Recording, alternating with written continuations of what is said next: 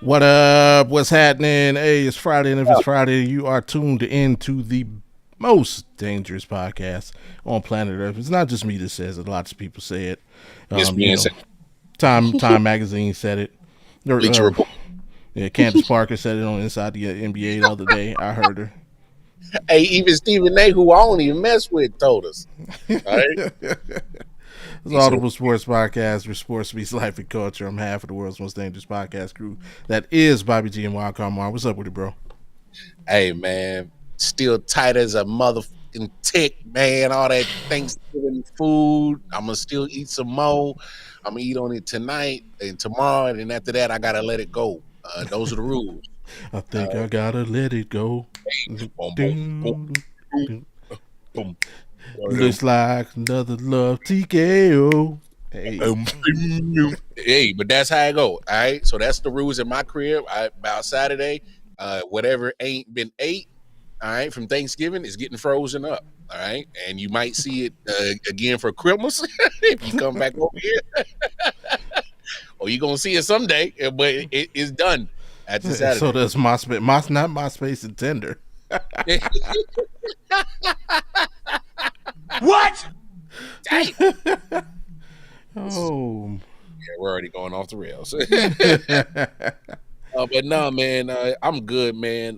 Man, we had a fantastic show last night. For those who didn't get Yeah. the chance to, join the live. Hey, even if you want to watch it on replay, I know you already watched the football game for the Bengals and Ravens, but trust me, we did more than just talk football on that episode last night.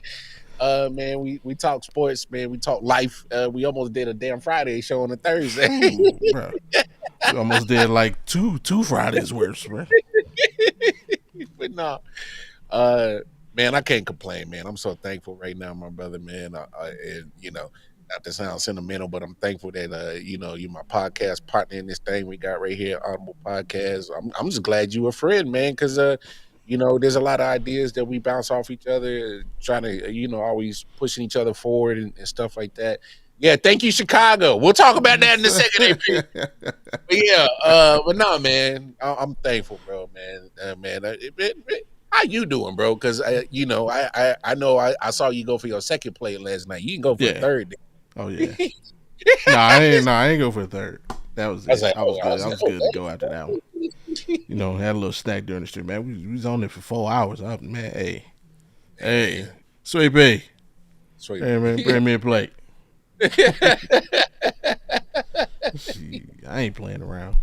But no, man, had a good holiday. Like I said, man, it's all love and yeah, definitely appreciate to every single person that tuned in. Uh, Shout out to Botkins hopped on with us during the second quarter. Shout out to Omar, the sports professor from Ball and Buzz, who hopped on with us a few times. Shout out to AP, who's in the chat right now. He hopped on, with us, and yeah, it was fun. It was a lot of fun. Uh, we had to definitely do that again, and yeah, man. So hopefully we entertained y'all for the holidays, took your minds off of the stress of shopping, For and sure. just the stress of cooking and all of that, and having everything right and ready, and hoping ain't nobody messed up the potato salad or the mac and cheese. Hopefully we was able to just give y'all a way to relieve your stress. So Hey, no. today we on to new business. I got a good one though, man. We're gonna talk about something that's kind of been in the cycle, and I talked about it a little bit Tuesday on the rec room. I want to bring it over here because I'm gonna put more on the spot today. Mm, Today we're gonna talk about where is Draymond really. And, him and Kenya Martin's going back and forth with it, and it's a great debate on his championship skill. You know what? I have a list of 30 some odd power forwards that I say are better than Draymond Green, and I'm gonna mm, put Mar on the spot to mm. to challenge my list. So we're gonna do that. Um, Also, hey, we both fans of the WWE Survivor Series. The annual Thanksgiving. Hell, what did they call them? The PLE Premium Live. It's pay per view, man. What it is. Yeah. Premium live events, PLE. Yeah, is tomorrow night. Yep. So we're gonna talk about that. Go over the card. Talk about some other wrestling storylines. AP say, speaking of shopping, some of y'all need to go back to driving school. Nearly got run off the road today. That's crazy. I mean, you got to be careful out there in Oklahoma City, man. You know? Hey, you know that. I mean, as a matter of fact, no, they can all get off the roads because we need less people to Thunder games, man. Hey, the Thunder ain't no joke, bro. Nah, They they ain't playing around. ain't fucking around, bro. Hey, I think Jay Will finally just made his debut either tonight or the other game. They playing tonight. Okay, because he was supposed to do it the other night, and then they was like, "Nah, we still whipping these ass. Nah, you just go ahead, chill out."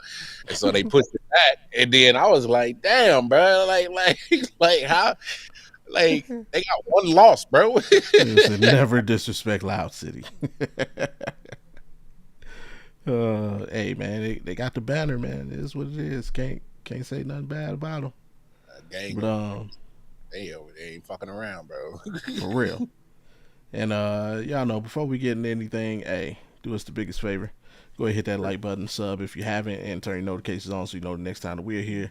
Keeping it real every Friday, 7:05 Eastern, 4:05 Pacific, 6:05 Central time zone. Ish. Ish, yeah, you know, ish. We on time, so don't come for us like that. All right, don't do that. And you know we're going. If you rock with us, we're straight to you know, it's that time. Shout outs and go ahead and bang. Make sure we got this graphic. There it is. Shout outs. Always we try and start the show with shout outs. You know, recognize things going on, people doing big things. So we got a couple of those. And Mar. I mean, kind of spoiler alert, you know, AP. But Mar got some money, and let's go ahead and work with it, man. Hey man, I just gotta be honest, man. Gotta give some respect to them the Bears. The Bears. Hey man, look. I know we known them as a franchise, known for the 85 Bears, known for, you know, dominant defense, Walter Payton, you know, sweetness himself. Look, we know that. You know, the Super Bowl shuffle, you know. And they've, you know, had talented defense throughout the you know, tenure of their franchise. So that's been their calling card. One thing that they've been struggling at is finding a quarterback. All right. All right. But you know, despite my worries, doubts, I guess you know, constructive criticism I have of Caleb Williams, the man has been playing, has had a phenomenal year so far. You can call it flukish, you can call it whatever. I've heard it all about his whole season, but guess what? You could call him. Call him over 500. When's the last time you seen this team over 500? Not just over 500, but clearly over 500. I think now we're 9-3 after the victory today. Over Eagles on Black Friday happened earlier this afternoon.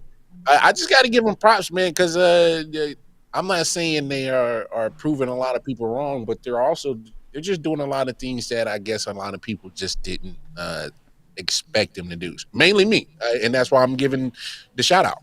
Is because I didn't expect this from the Bears.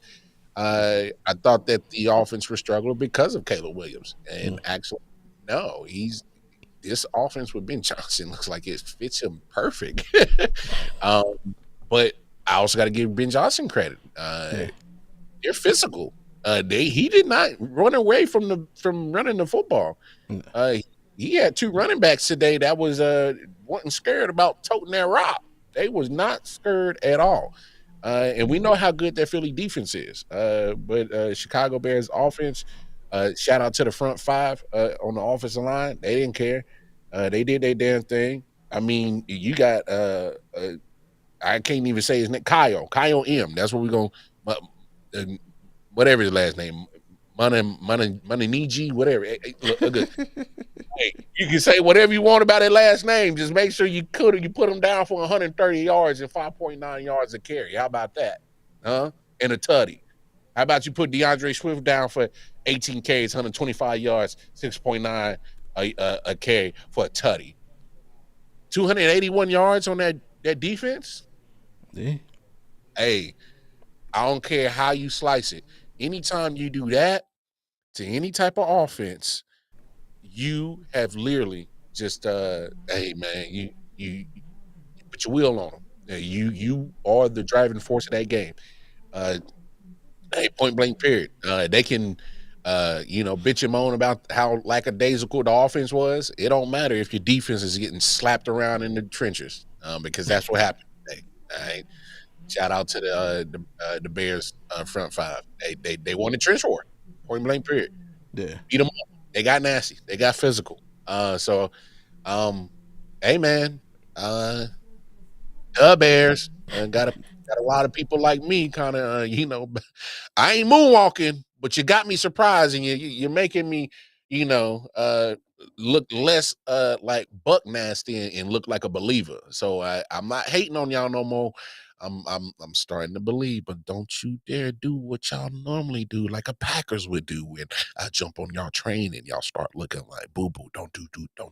Don't do that. Shout out to Rod. So Eagles Hey, fans are what's quiet. up, Eagles fans are quiet. Yeah, it was a ass session for sure. But and I just got to give him respect, man. I think this was we had talked about it last night. I was like, this is probably the one that I need the Bears to show me if they legit or not. Yeah, well, Yeah. you're legit. And Rod, Eagles fans ain't quiet. They just out shopping. That's all. They out shopping. That's what they do. They're busy. They're busy. Yeah, they busy. Yeah, they busy.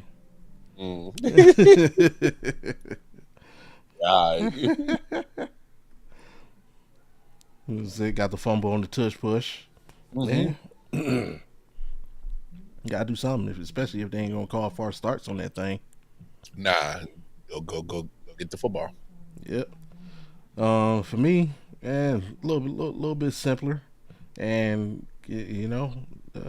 long overdue, but we earned it. We deserve it. Shout out Simple, man. It's us, man.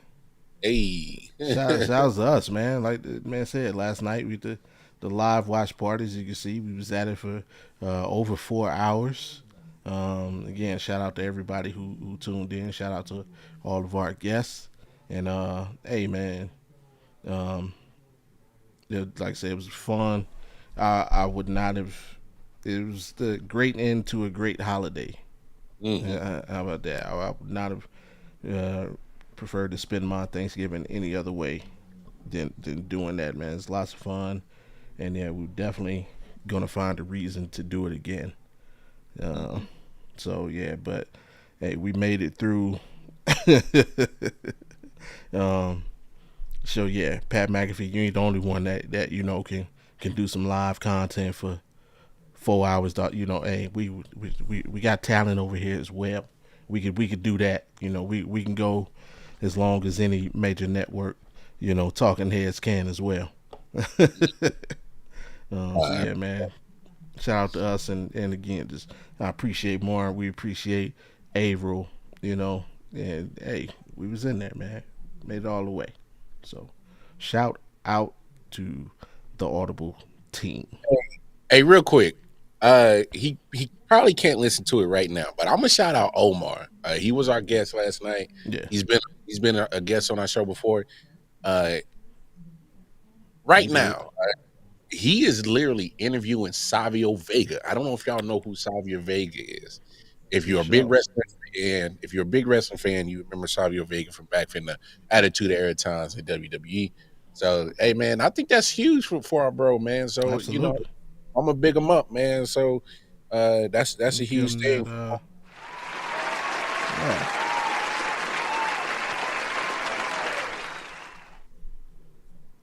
For sure, absolutely. Make sure he swings that guess our way. We see what we could do. Nah. Hook a brother up now. He stood. And now, sometimes you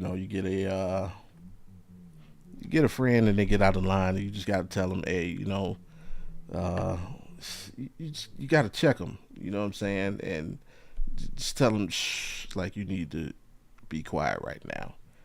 Uh, we got a couple people that need to be called to the carpet, and we gonna do that. We gonna handle our business. So we gonna start off with this gentleman here.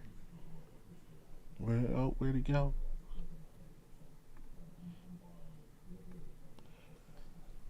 Go ahead, Mar. Handle your bees. Hey, man. Hey, look at here, man. Hey, check this out, man.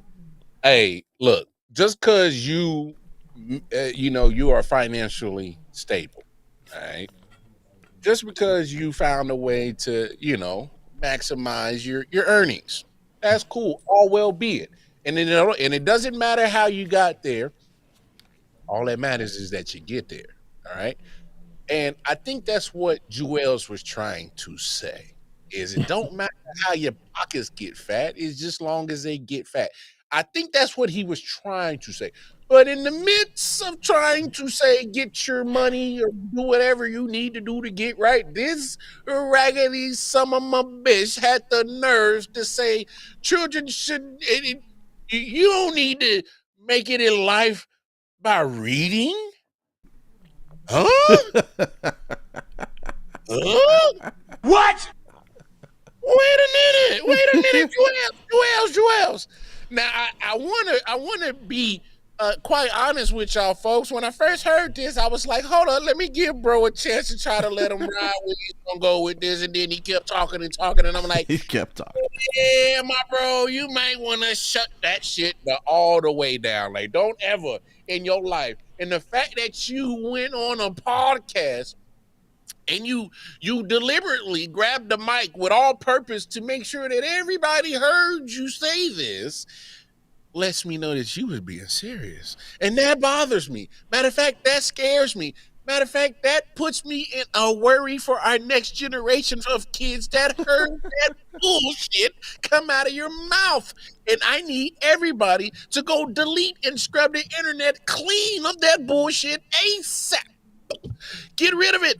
Because the fact that this man described that said, hey man, we need to have our youth only worried about financial literacy. Whoa, Joels, you did not just say the word literacy. Now, I am an adult. I understand what financial literacy means. But when the fact that you used the word literacy and said that you, kids, youth, do not need to know how to read for the growth of your future, absolutely blew my damn mind. How dare you use the word literacy and say you don't need to learn how to read? He says you need financial literacy and math skills. Jewels, in order to have financial literacy, in order to have those math skills, guess what you have to learn how to do both of those? The exact thing that you told the youth not to do. You gotta learn how to read. How you gonna know how the numbers are going with each other if you can't read them right? How do you know about financial literacy if you can't read a contract right, a financial papers right? Hell, you can't balance a checkbook if you can't read that son of a bitch right. What the hell was Joel Santana thinking, telling the world that you should not learn how to read in order to get your success? My brother, I applaud you because you made it to a spot that a lot of brothers don't make it, and that's having financial literacy. So bravo, I'm with you. Preach on that. Preach that the kids, even the older folks. Yeah, we need financial literacy too. Yeah. But you else, we need literacy to do all that. Yes, I'm some of my bitch. If you can't read, you are not financial literal. Oh my God, this nigga had the audacity to say this, and this is crazy. If any kid listens to that message, I am praying for you because you are doomed. You will need all the Hail Marys and graces and everything to help you get through this world. If you really think you cannot, you can't do it.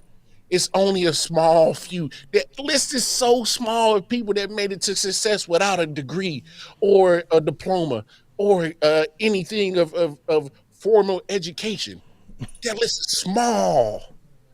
It's small. And the chances are even smaller.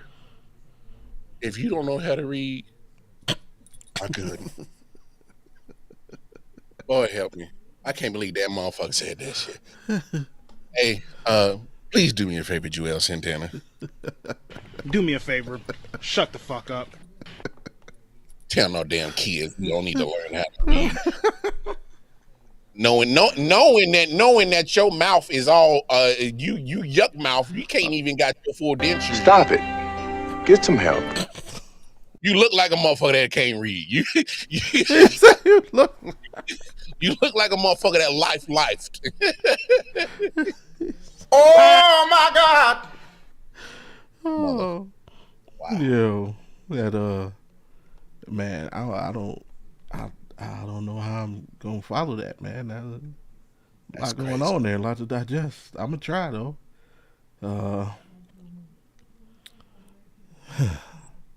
John Moran, I need you to come to the front, to the carpet, bro. Ooh, John. Yeah, man. Yeah. And I love John Morant, man. I love watching John Morant. But, bro, and I chose this image for a reason. Like, bro, what are you doing? You can't be calling people bums. One, what's the rule? If you're better than me, you get to talk. If you beat me, you get to talk. If you're sitting on the sidelines, you don't get to say you didn't even play, bro. You don't get to call anybody in the game up. You're on the sidelines. You just a fan at that point. And to call, of all people, like Klay Thompson, who's multiple times. Yeah. 4-time champion. Multiple time All-Star. Multiple. Like, he's gonna go down as one of the, probably at worst, top 5 shooters to ever play the game. Shit, worst is 15. Top 15. Except worst is top 15. Yeah, top 15. He's gonna be in the top 5.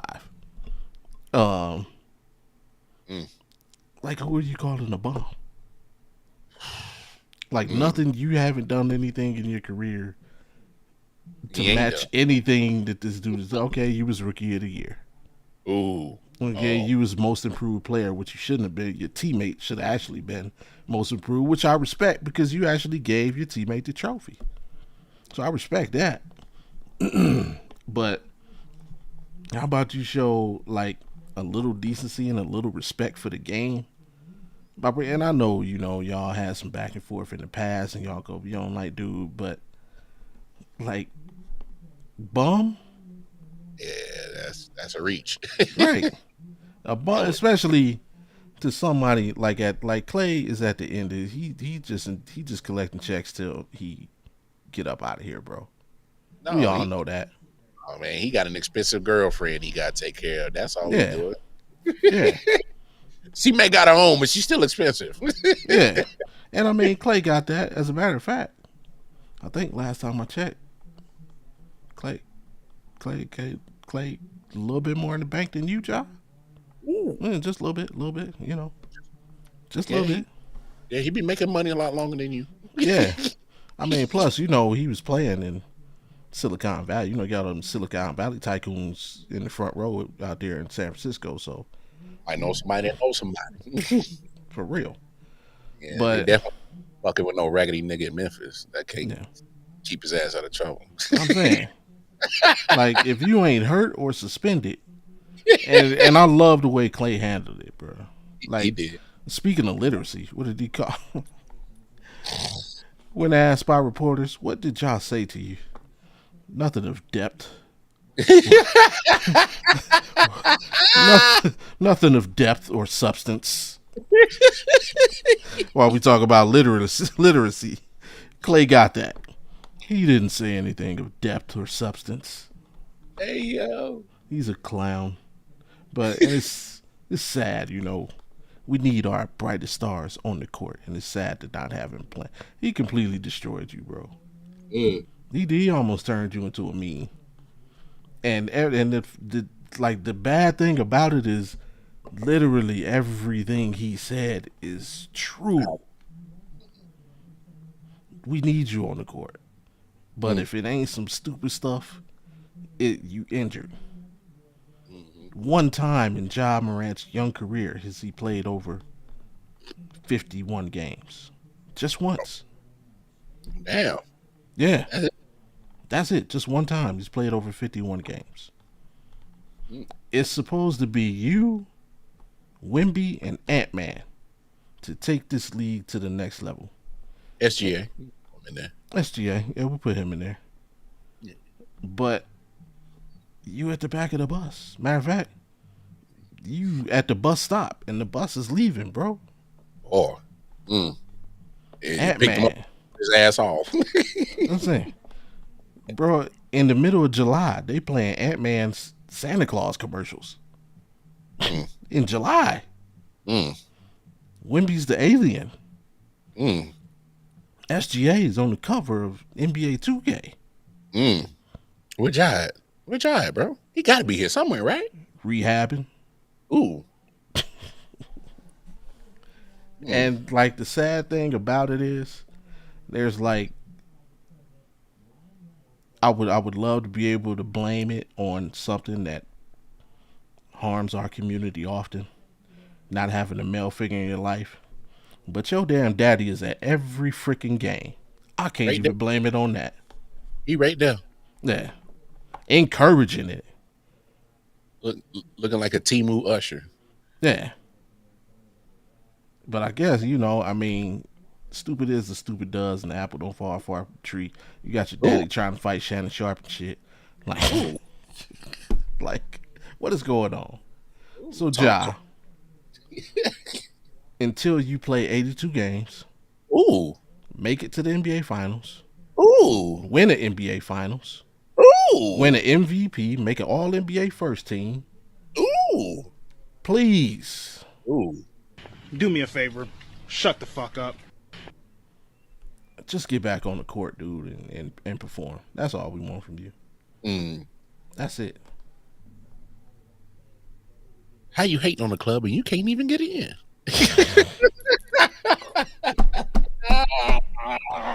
Bruh.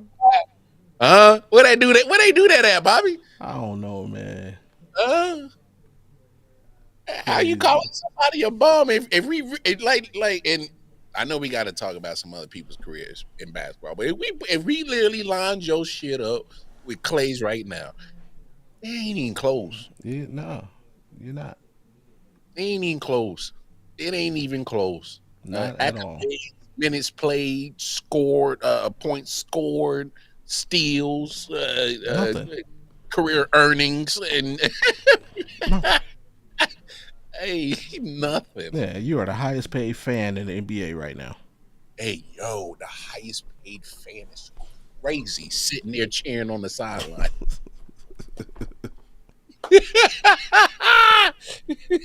But it is what it is. That's neither here nor there. That's just my opinion. But I still got love for the young bro, man. Again, we need you on the court, bro, man. And we might as well, keep it on basketball, man. Before we get into the main event, yo. Y'all know what to do, man. Click, click, click. Click it or ticket, like old school. He said click it or ticket. Click it. Like I said, it costs you absolutely nothing. Nothing. It helps us out so much. And plus, man, we are like 11 of those clicks away from 100 subs. So we definitely need. Come on, y'all. Show us some love, y'all. Yeah. And we're gonna keep it on basketball. So first topic, man, this dude, man, he also been in there. He took offense to something that somebody has said about him. Kenyon Martin. You might have heard of him, you might not have. And I mean, really, what started it wasn't even bad. It was just, it wasn't even Kenyon Martin's fault. Like somebody asked him a question, he answered it. Yeah. He didn't even bring up the interviewer brought up Draymond, and like, you mad at me because I don't consider you a tough guy. Like, why are you mad? Um, and so Draymond went on this whole. And see, here's the thing I don't like. Like, it's it's like when you're in a debate or when you're arguing with somebody and they try and pull out like a trump card on you. Like, okay, um, like what's going on pretty much with content creation nowadays. You got people like you and I who have the financial ability to create their own podcasts or shows or outlet for content creation. And then, we get a guy like we'll just stay on Draymond since we're talking about him, who would look at us and be like, well, you never played the NBA, so you don't pull out that trump card. Bang, you never played the NBA, so you can't. Really, that's where you're going to go with it. So it's like the same thing here.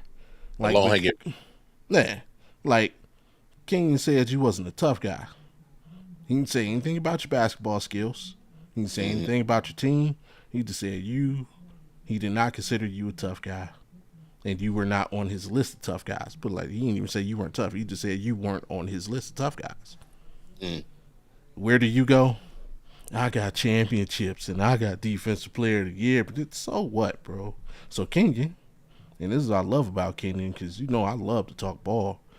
And like, I'm one of those dudes. We're gonna talk skills. We're talking basketball here.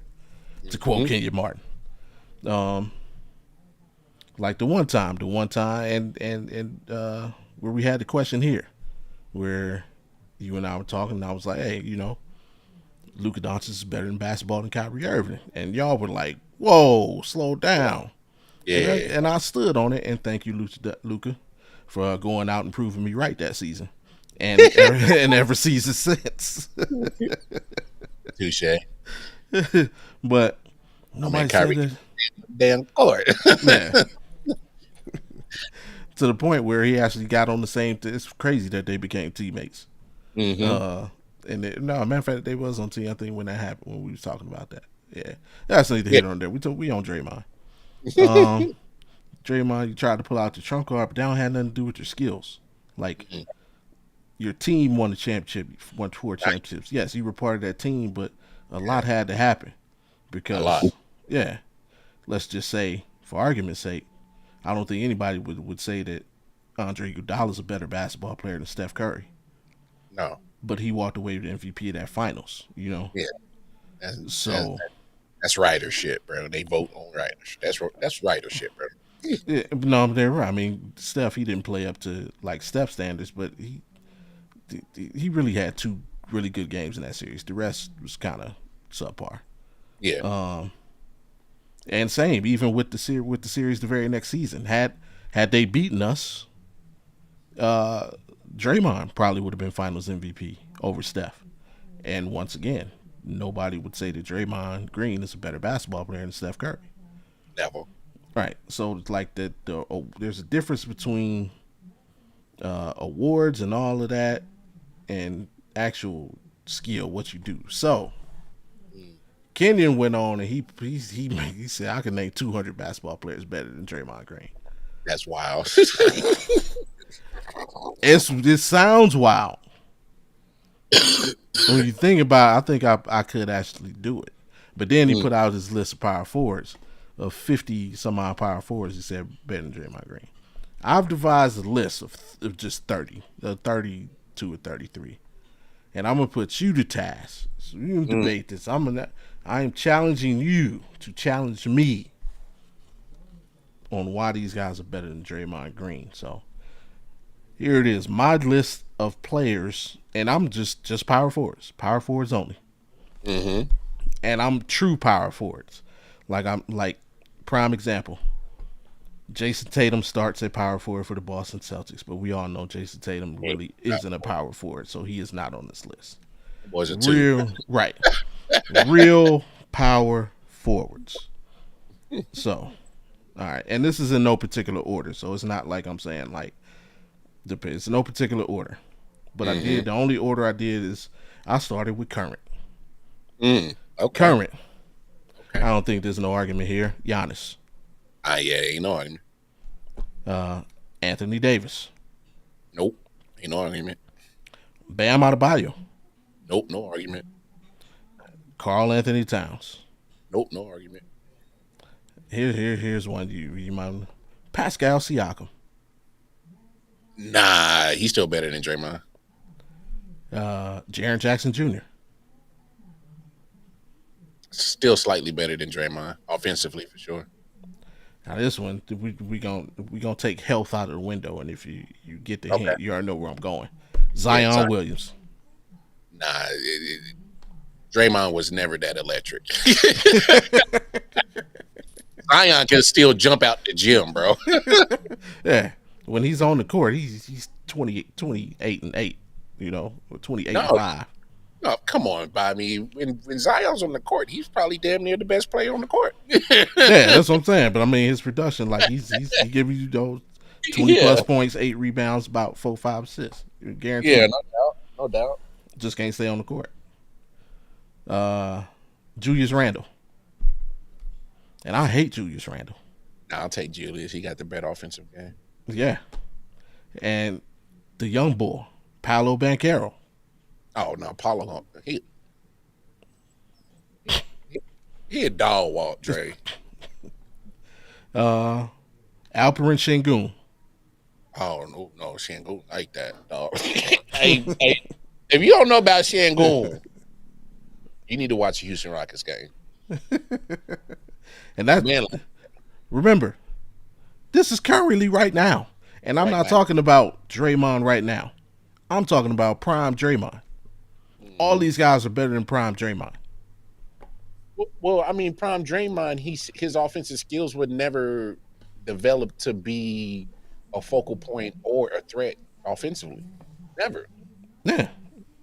Ever. Anything he's ever scoring is either off a putback or second chance points because he got the rebound or luckily made a 3-point out of the first time in the one attempt he does a year. I don't know. He's not a focal point offensively. He's not meant to do. Look, I laughed at 200 people, but now that I really think about it, this shit might be possible because again, right now I'm just listing power forwards, and I'm only at what? How many? 1, 2, 3, 4, 5, 6, 7, 8, 9. I'm only at 10. Oh, you only at 10? And this is just power forwards. Yeah. And we ain't even got to the actual big dogs of power forwards, even named them yet, dogs. Right. And like I said, like even with the current 10, where we at? And for those just tapping in, Giannis, Anthony Davis, Bam Adebayo, Karl Anthony Towns, Pascal Siakam, Jaren Jackson Jr., Zion Williamson, Julius Randle, Paolo Banchero, and Alperen Şengün. These dudes are playing right now, all better than prime Draymond. Just to y'all, like Kenya Martin is not crazy. And he wasn't just talking shit. He was talking shit, but he was talking facts at the same time. Oh, he was definitely talking shit, but he was talking basketball. Yeah. The only advantage Draymond Green would have over anybody on this list, like guaranteed, would be his ability to put. I'm talking about just skill. Forget championship. Would be his ability to handle the ball. That's it. But Giannis rivals that. Anthony Davis now rivals that. Bam rivals that. He pushes the ball. Karl Anthony pushes the ball. Pascal definitely pushes the ball. Zion, we know, pushes the ball. Julius pushes the ball. Paolo pushes the ball. And now Alperen is handling the ball. So he barely got that. I was like, there's a lot of cats that's really pushing the ball though. Like, right. So he ain't even got that over a lot of these newer power forwards. Okay, so you take it is I'll get Paolo, for example. Paolo is not the defensive presence of Draymond Green. It's massive advantage. But Paolo's offense is so overpowering over your defense. So superior. Yeah. Like there's no way. Yeah. Same with Şengün. Giannis is just all around, but he's better offensively and defensively, bro. Same with AD. I may even give it to Bam. Bam offensively and defensively. Bam offensively and defensively, I might have to push back a little bit. Offensively, for sure. Offensively, yes. Now, defensively, I might get an edge to Drake on that. But if you're talking, and I might give him the edge defensively over Pascal too, but I would definitely Right. just out bam, I would give Yeah. Pascal. But they both play Yeah. defense. Yeah, But their offense is like far. Yeah, you ain't. All right, let me see. Next on the list, Clip Dirk. Come on, man. Dirk. get these was Dirk, Duncan, KG, Yep. Chris Bosh, Yep. Amari. Yep. And these were guys. Well, no, they weren't in your era. They were just, you were just after these guys. And with Dirk, again, I'm going to go just offense far superior than your defense. Dirk tried on defense. Yeah, He tried. We knew what he was here for. Yeah. He was giving you 50. Tim Duncan, whole game. Whole game. Yeah. Only advantage you got is, again, Billy didn't handle the ball. You had that over Timmy. No, KG, whole game. Yeah. Bosh, I might give Draymond defense. Yeah. But offensively, wasn't seeing Chris Bosh at all. No. Hey, I need a lot of people to really do their due diligence about Chris Bosh, and the reason why he was part of that big three in Miami is because what the fuck he did in Toronto. He almost sacrificed the Hall of Fame to try and win championships. That man was a walking double-double, bro. He was 20 and 10 guaranteed. Easily. Oh, he used to drop 30 every night in Toronto, bro, like it wasn't nothing, bro. Yeah. Stoudemire, again, I'm good defense. Draymond got it, but That's again, fair. Amari's offense is so far superior to Draymond's. It makes up for it because he still gave you something on defense. And Amari would definitely have put his testicles on Draymond's forehead. What? Lying though? Damn! Oh, Amari would have stamped him right on his forehead, bro. Yeah. Now I'm going back in the bag a little bit. Kevin McHale. Oh man, I would actually take Kevin McHale's ball handling skills over Draymond's. Of course, the round mouth, Charles Barkley. No doubt. Easily. Come on, that's a no-brainer. Pau Gasol. Oh, no doubt. And again, I'll give an edge to Draymond in defense and his ability to handle the ball. However, I think Pau is a better passer than Draymond. Passer, facilitator. Offense, no doubt. Yeah, definitely had the more offensive game. He could back anybody down and control things. So yeah. And again, it wasn't like he didn't contribute at all on defense. Draymond's just better at it. I'm giving that 100%. But no, Powell was still giving you blocks and double-digit rebounds. Sure. Blake Griffin. Blake wasn't the toughest, but he put you in the basket. Matter of fact, I think he did put Draymond in the basket a few times. He might have. He definitely might have. Sure. Because there was that time period Blake was trying to dunk on everybody. So yeah, definitely I give the more athleticism toward Blake. Slightly offensively delete the edge because Blake was solid at the mid range. Obviously, he could jump at the gym. But yeah, but he was more prone to give you 30 than a lot more sooner than Draymond. Oh yeah, yeah. Antoine Jameson. Oh yeah, Antoine. Antoine Walker. Ooh, Antoine Walker used to get busy too. Yeah, and for Antoine, it's just defensive Draymond because Antoine used to handle the ball. Antoine handled that thing like a guard. He did. Coming down the paint, 6'8", damn near 280. Yeah.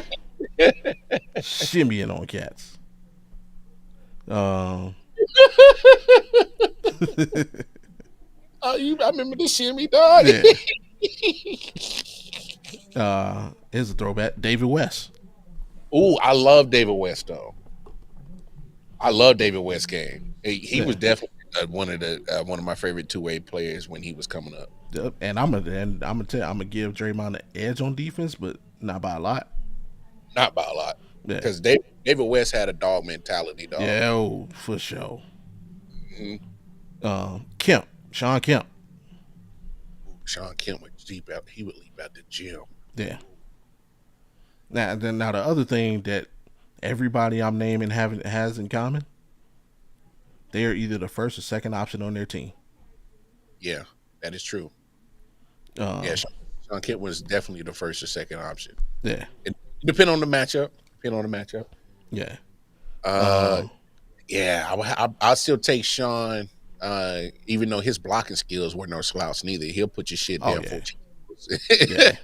But you could body Sean Kemp. He wasn't the strongest. You could body him up. But even just to let everybody, like, Sean Kemp's problems. Remember, Sean Kemp, drunk as hell, came to Cleveland and took 4 rookies to the playoffs.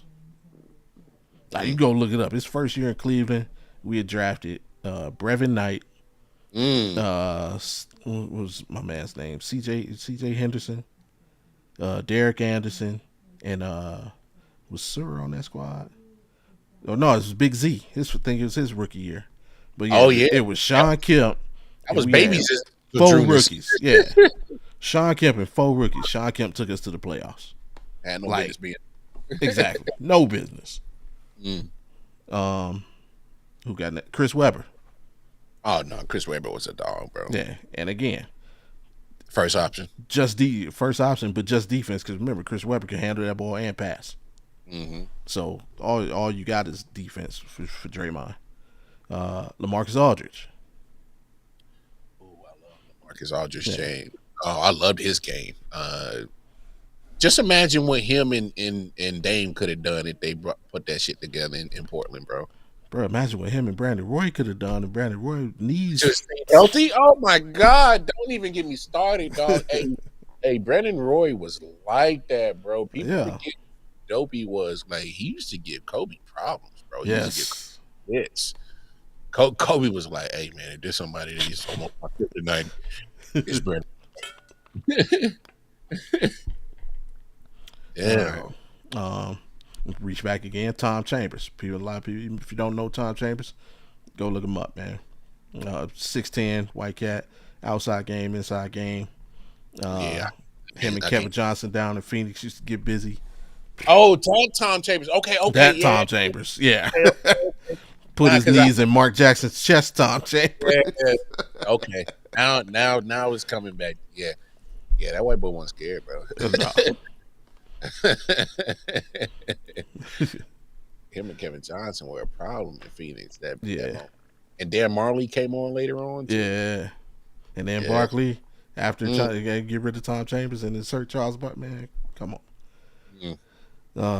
Hit him upside another Jermaine O'Neal. Oh no, Jermaine O'Neal was nasty, bro, offensively. Too bad the freaking Malice in the Palace ruined their chance to win the chip.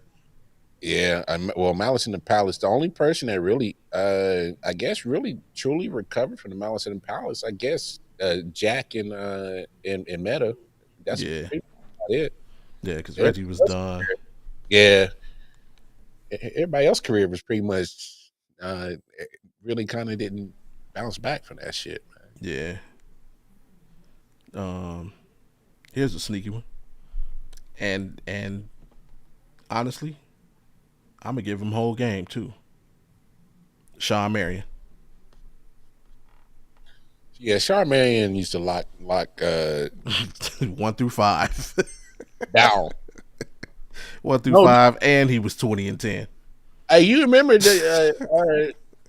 was it Rick Alderman or before old boy came in there?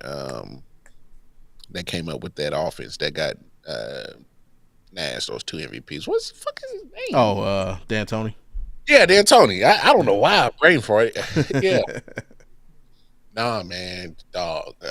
Sean Marion had the ugliest jump shot in the world. He did, but it was cash. But this shit was wet, dog. I used to hate it. I was like, I hate shooting him. He that little and jump out the gym. But he'd lock you down, bro. Yeah. Blocking shots. He was 20-10. Shit, he was 2010, 5, 5, 5, and 5. Hey, Sean, I need you to slow Kobe down. I got you. Got it. I ain't gonna stop him. I'm gonna slow him down though. Here you go, the last 5. I'm gonna go Big DC, Derek Coleman.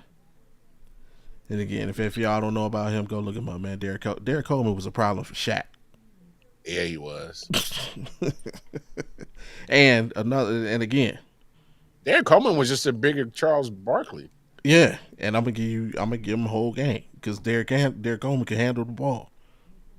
I mean, he was from up that way, New York.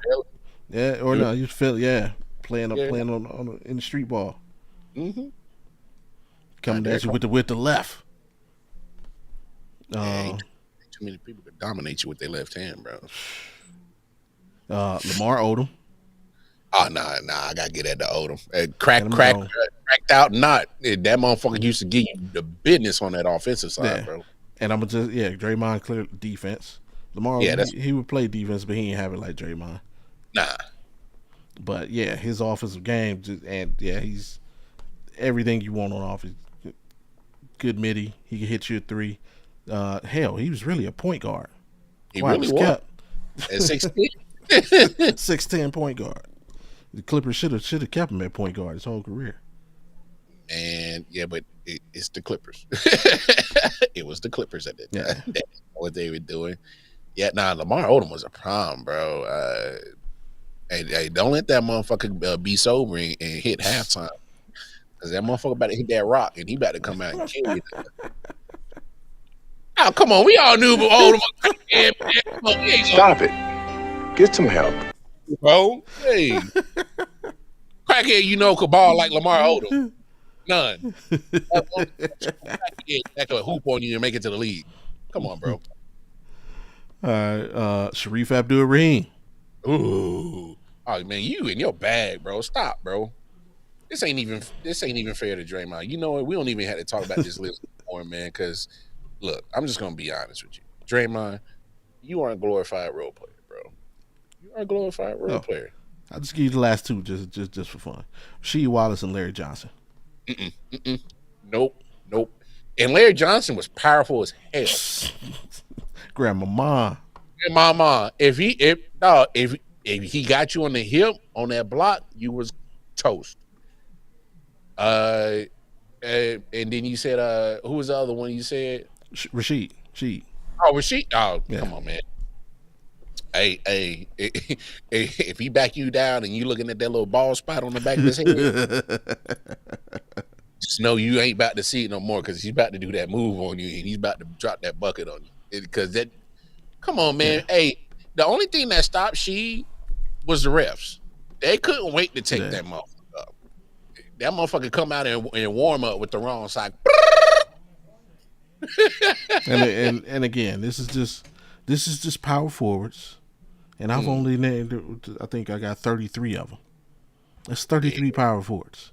Now, just by simple math, I can name 33 point guards better than you. I can name 33 shooting guards better than you. I can name 33 small forwards better than you. How many is that? That's 99, 100 something, and centers. So, yes, there are quite possibly 200 basketball players in the history of the NBA better than Draymond Green. Skill-wise. Not talking about accomplishments. Damn, those accomplishments are your accomplishments. You did that. Defensive player of the year, you did that. Cool. 4 championships, you did that. Y'all did that. Y'all did that. Yeah. But just skills, you versus, and just for I on purpose didn't mention a certain individual that we talk about on this show. Quite often, who did some questionable things in his lifetime. I ain't even mention him. Hey, his overall game will be better than. And I didn't mention the person that you currently arguing with, because he's better than you, bro. Quiet as kept. Kenyon Martin with dog again, bro. That's 35. If there was a time capsule that we could put Prime Kenyon in a portal with Prime Dre, It'll be physical. I ain't gonna say Draymond will punk out. He wouldn't. No, I ain't saying that either. I'm not questioning the man's toughness or But, I'm just purely but basketball skill. purely on basketball skill. And I'm actually glad you brought this up because I was really having this conversation with the homies the other day. I'm like, what the hell is Draymond thinking, bro? Like, he really sound like one of them old heads, like, oh yeah, because what I've done in my career makes me so much better. And I'm like, bro, no. No.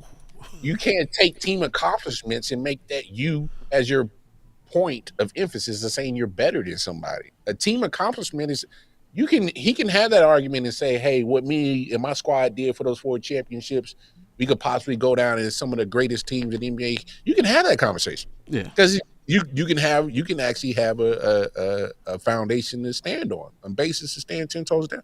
But just because what your team did doesn't make you better than. We do know Adam Morrison got 2 rings from the Lakers sitting on the bench. Does that make him better than somebody else who didn't win a championship? Yeah. Huh? Does that make LaShawn McCoy, who won 2 Super Bowls on the Buccaneers and the Chiefs, riding the pond? Does that make him better than Dan Marino, who never got one? Like team. Look, and here's my problem with ring culture nowadays in sports.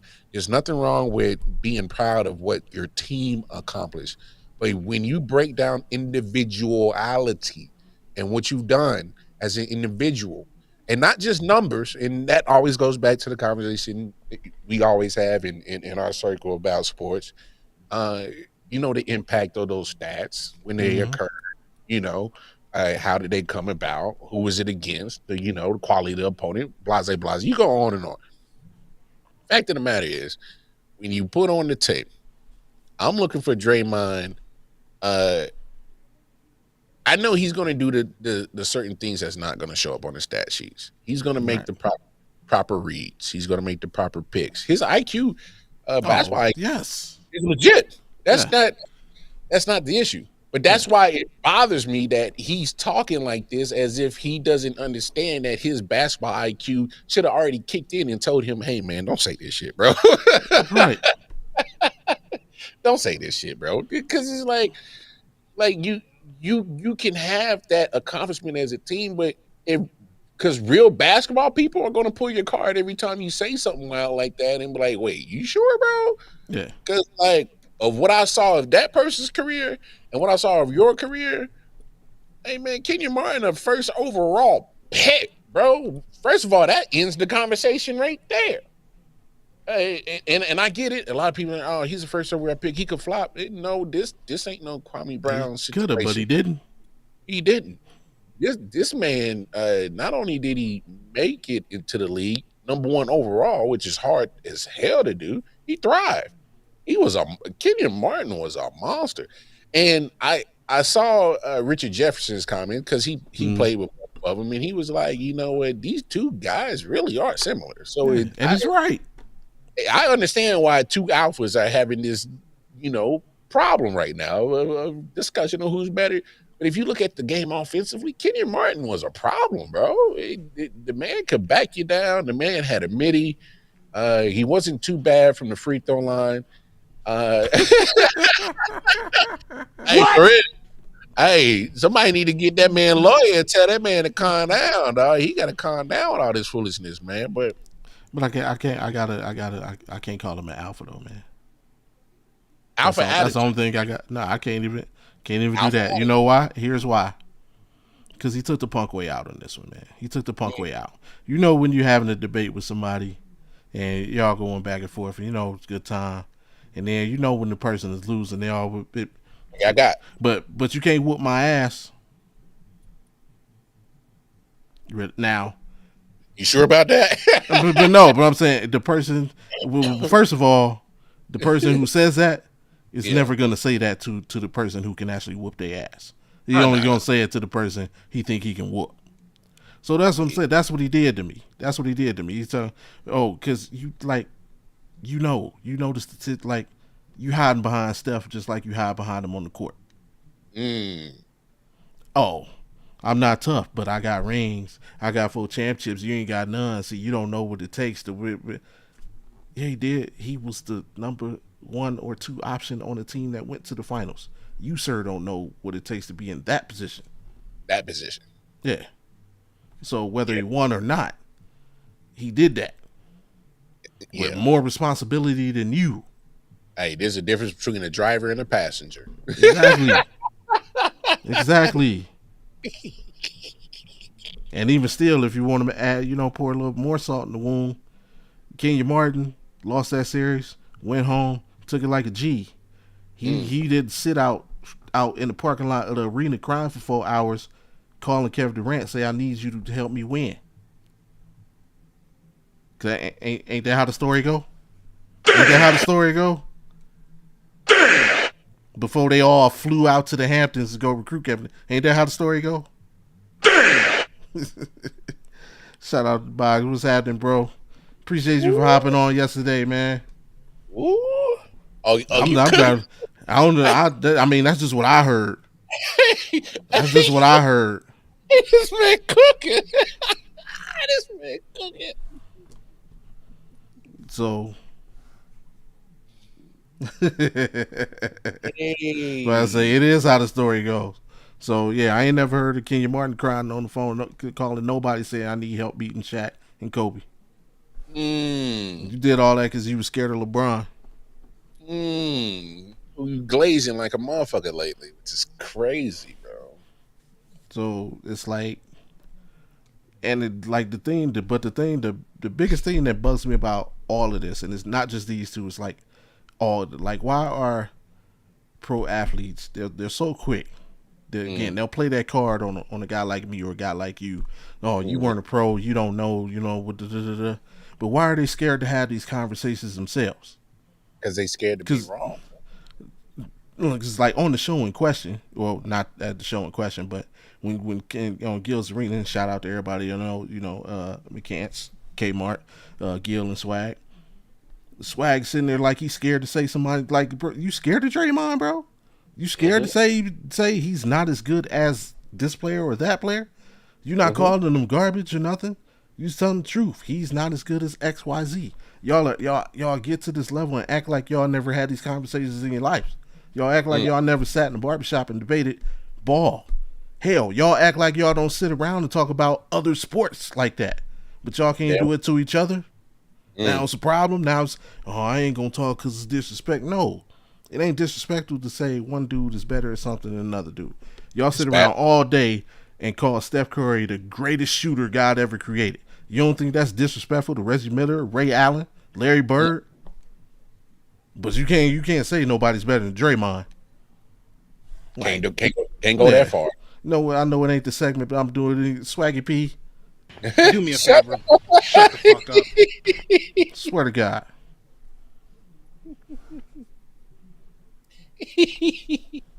That dude like irks me to no end. I almost gave him the almost, he was almost my nominee for this week, but yeah, and I left a whole lot of people off the list I could have put on the list because I know a lot of people might not know, might not be students of the game. Apparently, Draymond Green ain't a student of the game himself. He should be able to say these people are better than him. You can go back a guy like Buck Williams. Once upon a time, dog was 20-10 guaranteed. Terry Cummins back in the day, Larry Nance back in the day. But for Kmart to say, now if you'd have said they're 200 power forwards better than Draymond, yeah, all right, I gotta tell you slow your roll, Kmart. But 200 basketball players, he might not have an argument. I mean, he might not have a bad case. Again, he named 50. I just named 30. And I could have kept going. Yeah, you probably could have. You probably could have went for a minute, dog. And let's say, once again, I could name, just like I named 30 strictly power forwards. Yeah, I could name 30 point guards, 30 shooting guards, 30 small forwards, 30 centers better than Draymond Green. So that right there is 150. I can name another 50 potentially. So, and again, this is not counting for those who just chiming in to what I'm saying. This is not including the compliments of one thing. He's a champ, defensive player of the year, all that. We're just talking about basketball skill. just skill. Your ability to play the game of basketball. Hell, I can name people who didn't make it to the NBA who could be better at basketball than Kenyon Martin. Than Draymond. But we won't count them because they didn't make it to the league. So, that's a different story for a different time. But if we want to just go skill, we can say somebody like Michael Beasley. Michael Beasley is better at basketball than Draymond Green. Oh, no, he would. Come on. Draymond Green is better at organized basketball than Michael Beasley. That's why he's still in the NBA and Michael Beasley isn't. But not actual basketball. Actual basketball? No. Beasley would dog him. He would dog him, bro. Hey, Michael Beasley was like, I don't think people don't understand the aura about him. Like, dude was like that. Like, people talk about like he would give LeBron the business. Yeah, he gave KD the business. They both from Maryland. He was and KD is like the freaking Shaolin monk of the NBA. He just carries around a backpack with a basketball in it, just traveling the country looking for games. What? But hell, give it 2-3 years, Chet Holmgren be better than Draymond Green. Yo. And you won't be wrong neither. Yeah, as a power forward. Nope. But ain't nobody gonna want to admit that if they're not keeping it about basketball. No. And again, this is accomplishments. Can't take nothing away, man. The dude played championship level basketball for a championship level organization. He played his role. He played it to perfection. And there's not a lot of people who could have played that role how he did it. 100% agree on that. Hey, I mean, Steve Kerr pretty much was like, I need a power forward that just does this for me. I don't need him to score. I need him to give me the dirty work. Dre, can you be that guy? And he took it serious, and he just perfected it. And like you said, I'm not downplaying it, but if we keep it in the buck, like being a glorified role player for a specific team, I don't know if he does that in Charlotte. I don't know if he does that in Chicago, Miami. But it worked in Golden State. Yeah. If you take Draymond Green, this is just my opinion. You can. Hey, I will talk to anybody who got some sense. If you take Draymond Green off of the Golden State Warriors and put him on any other team, he's Anthony Mason. And that is not a diss. Anthony Mason was nice, but he ain't the Draymond Green that we know and love. He's Anthony Mason.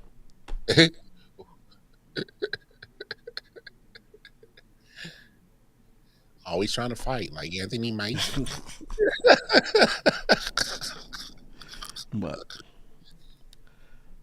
And just like Forrest Gump, that's all I have to say about that. Now run to that. Not run to What? All right, about to move it on. Before we move it on, hey, do us the biggest favor. Y'all know what it is. Yep, click, man. Completely free. Helps us out so much. And hey, tomorrow, Survivor Series, War Games, San Diego. The baseball. I thought that was interesting. It is using the baseball stadium. Well, they did it because obviously it's a different venue. San Diego, obviously, this time of year is still nice weather, so gorgeous. I saw some of the setup. It looks pretty nice. But yeah, it's different because you could put seats on the actual baseball field on the floor. Yeah, and then obviously use all the seats that they got. And then I know they got the special seats in the left field over there in San Diego with the building. But no, like I get, I mean, all that because football stadiums work the same way. But the only reason I was confused on why they would choose a baseball field is because, or especially this particular part. Remember, in center field, you literally have there's no bleachers. Not like it's just like field level seating. So it's like there's a huge open area back there. So that just made me curious. Versus, like I was like, that was an odd choice to me. They're not maximizing their earning potential. Oh well, yeah, which is definitely what TKO's whole big deal lately is Yeah. definitely maximizing it. But at the same time, that's just a beautiful stadium. It is. Beautiful scenery, and that open field that you're talking about. Like when you get the camera focusing right at the event, and that is the backdrop, is that open area because it's like downtown San Diego right behind it. I think that's why you do. Gaslamp District, beautiful. Hey, if you don't know, you better go. Hey, go find out, man. You be like, damn, you like, damn, that looks good. That looks dope. So it looks good visually. So I think that's why you do it. And then of course, hey, you can still get a damn good at least 50,000-60,000 in there. And not only that, it's going to be nice. It's going to be, the weather is going to be beautiful. San Diego's a beautiful city, so I mean, hell, take advantage of wrestling outside in late November. So if I ever leave Vegas, the only other place I go is San Diego. That's in America. But yeah, we got the card. Lots of fun stuff. And it's right here. We got John Cena versus Dominic Mysterio. That is for the Intercontinental title. We got Nikki Bella versus Stephanie Vaquer. That's for the Women's World Championship. Then, of course, the two traditional War Games matches. Team Becky, I guess. Becky Lynch, Nia Jax, Lash Legend, Asuka, and I'll let you say that one. Kairi Sane against Charlotte Flair, Alexa Bliss, Rhea Ripley, Io Sky, and AJ Lee. And then on the men's side, you got Brock Lesnar, Braun Breaker, Bronson Reed, Logan Paul, and Drew McIntyre versus Roman Reigns, Cody Rhodes, CM Punk, Jimmy and Jey Uso. We start at the top. John Cena's last Survivor Series. Of course, a few weeks ago on Raw, they had Dominic drop the IC title to John Cena to complete the Grand Slam. Yep, Grand Slam's the only title he had never held. And so this will be his last Survivor Series. In this match, what are you looking to see? Oh, I think this is probably the most predictable match, in my opinion, because obviously, like you said, John Cena finishing up the Grand Slam, winning the IC belt in his hometown of Boston. So, I mean, I think it's pretty clear they're going to let Dom get it back in his hometown of San Diego. You think so? I think so, because what's the point of having John Cena hold this belt unless just to complete the Grand Slam? I mean, I think they spoiled it without realizing that they spoiled it, because every time, of course, we know at the same time all this going on, they're prepping for his final show, which is December 13th, Saturday night's main event in I forget where it is again. DC, yeah, Chocolate City for sure. Every time they talk about that night, I don't know if you paid attention, they keep saying the person who wins this chance is going to get a shot at the Intercontinental title. They keep saying it. I don't know if they mean to just because he's the champ. Really? But yeah, every time, if you listen, every time they talk about it, well, obviously you'd have, if you watch SmackDown tonight, because I don't know. No, are they doing matches on there tonight? For that? Yeah. If you watch and they talk about it, they say whoever wins this chance is gonna get a shot at the Intercontinental title. So I think, like, without knowing it, they're kind of spoiling it. So that's why I think Cena's gonna win. But it actually would be interesting if they did have him drop it back to Dominic, because Dominic, I was enjoying his IC reign. I'm not gonna lie. Well, I just thought it was weird why you abruptly take it off of him, just because. And I get it, because John needs to complete his Grand Slam before he retire. You do that out of respect for him. I get it. But I'm like, damn, like Dom is really killing it right now. Like, I don't think people like literally 2 years ago, every time he put his lips to a mic, they was already booing the hell out of him, and he wouldn't even say nothing. Now they absolutely love him. He looks more and more like Eddie Guerrero by the minute, and it's kind of crazy. So it's like I was, yeah, but I understand it, but I just because I understand it don't mean I like it. So Right. Also true. I think Dom is really. I mean, honestly, I think it's the what was oh man what I don't know why I'm getting on twisted. That was it. Untold. That's oh, the Netflix. You know, the behind the scenes joint on yeah, I know what Netflix. you. Yeah, I forgot what the hell the name is called, but yeah, I know exactly what you're talking yeah. about. I've kind of noticed ever since then. I've been noticing little things with the superstars. I'll go ahead and use their term. Uh, like as a result of that doc, like Triple H having the conversation with uh, Jey Uso about his conditioning, but like, bro, you can't be blown up after your intro, and then you can't even do a Yeah, freaking 10-minute match, right? Like now, since that moment, I don't know if you noticed, but I noticed like Tiffy Stratton. hmm Since that doc, she's gotten much better. She got a 6-pack now. Like yeah, she kind of took her role as a champion serious.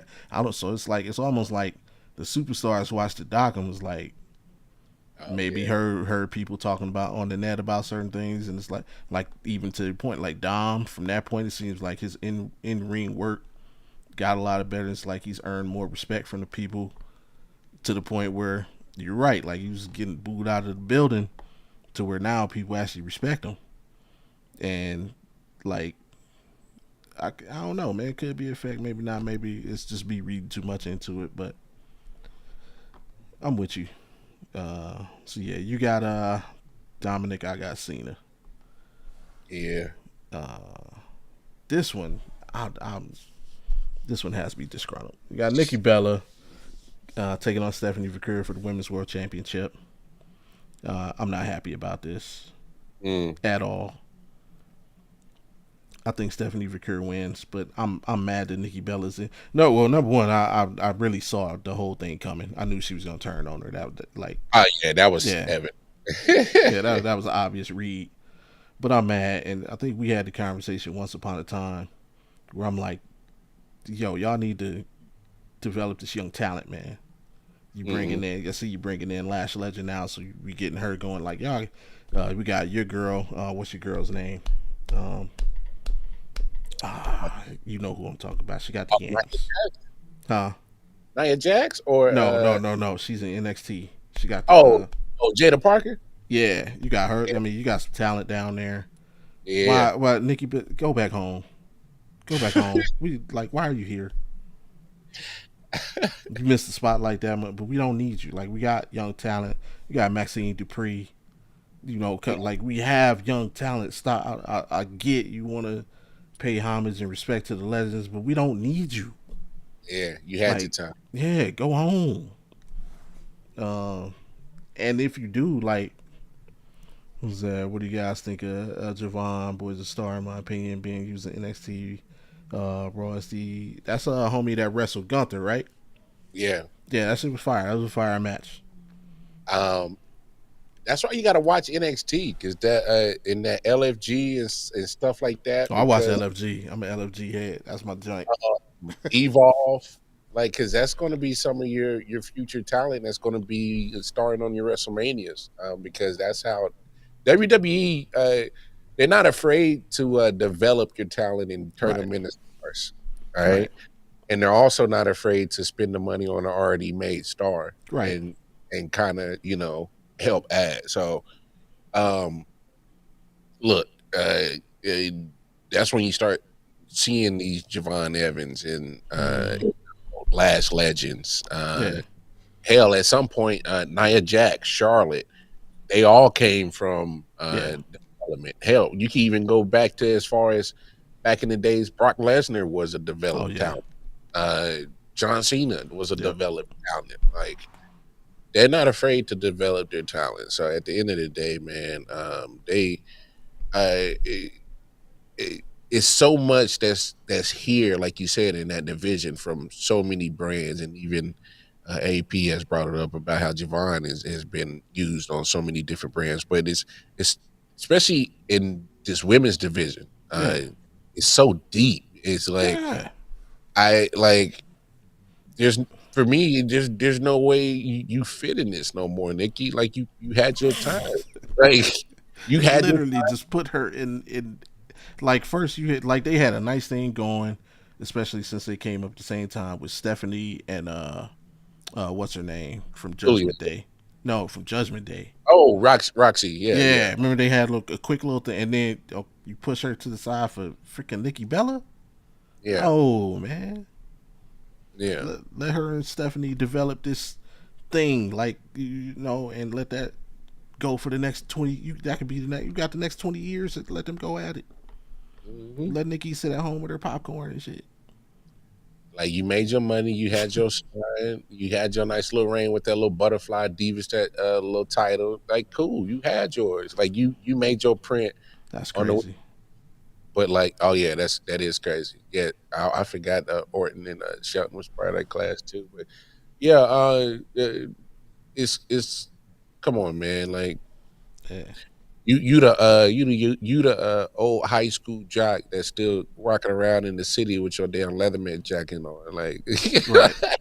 You know what I'm saying, still going to the after game parties, fucking tipping the keg and shit. Like, come on, man. Like you still on that, bro? Yeah.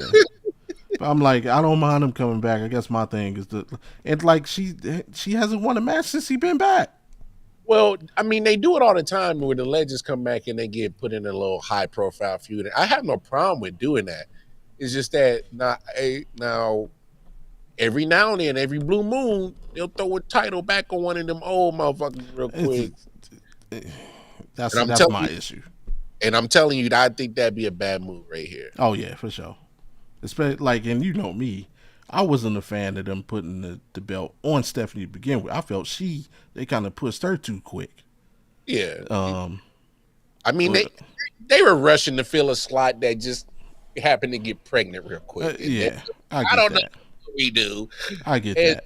And if you really think about it, Stephanie low key was probably one of the hottest women wrestlers at that point in time.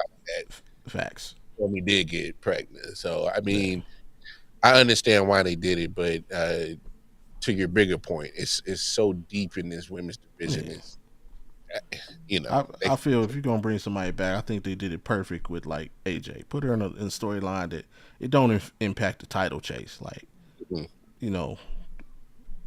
that like what they got going on. We're gonna talk about that next. Is cool, but for this match, I got your girl Stephanie coming out on top. Yeah, I'm saying I'd be very disappointed. And yeah, that's a fact. She's not look good in any of her matches. Hey, I'm sorry, but Nikki, I was in and out on your career because you were part of like the women's wrestling that it was hard to watch. And she's a reality star, man. She ain't no wrestler. What? Say, man, hey, man. I mean, we don't lie around here. All right? I mean, you're a show woman. You know how to put on a show, and that's the problem. And I think that's why you are a Hall of Famer, and that's cool. That era of women's wrestling, it was y'all weren't getting enough shine, and y'all get y'all credit that y'all, and Naomi was part of that too, where they was scrapping for nothing, and they made a movement and took off, and they kind of pretty much spearheaded that women's revolution. Hey, kudos. Yeah, we could still give props to Jackie Robinson, but I can also say that, hey, I'm willing to bet you that Jackie Robinson wasn't the best that came out of there. You know what I'm saying? Yeah. So, monumental wise, yeah, kudos. The best thing got of Nikki Bella coming back was Becky Lynch roasting her ass. Hey, yo. I don't know. Did you see that one? Oh, yeah. She was like, "Oh, don't talk about my hot husband. We're the power couple. That could have been you, but your boyfriend. You can't see him no more. I was like, damn. Damn. That's been literally been the best thing out of her coming back. Oh no, that was great, and I'm not a Becky fan, but Yeah. like some of her stuff's been good lately, and it's like I got to take the hate out my heart and just be like, yeah, that's fly, that's dope. Yeah, she hit her with the wilder. You, oh, one hitter quitter.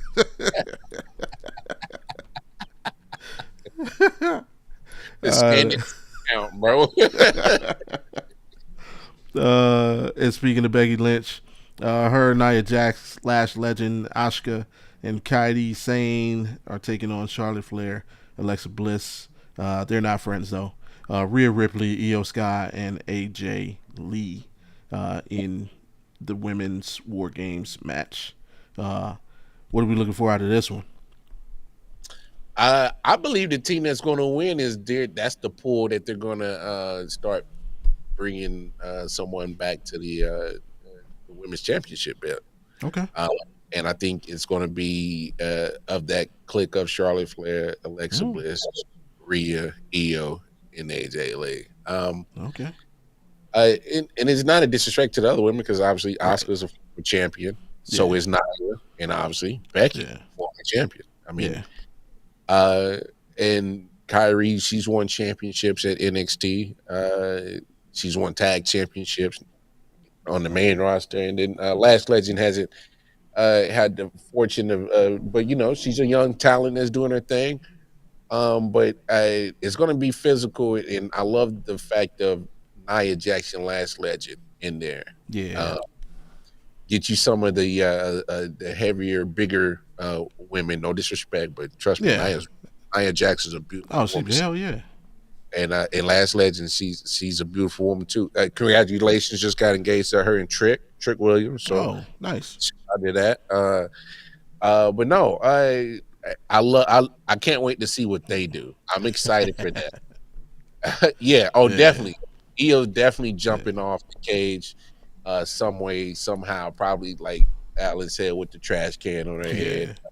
She's known for that.